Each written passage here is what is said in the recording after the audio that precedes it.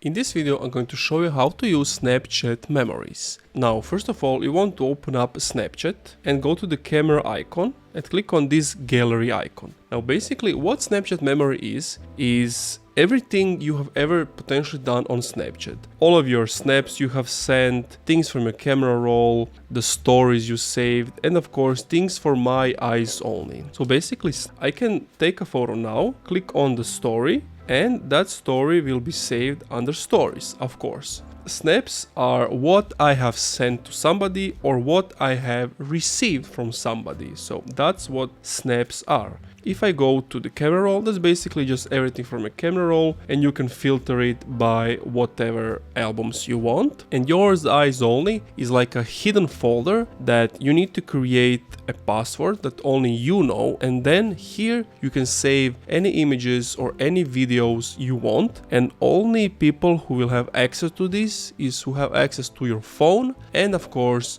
know the password. And that's basically it what Snapchat memories are. Thank you for watching this video. If you enjoyed, leave a like, comment, subscribe.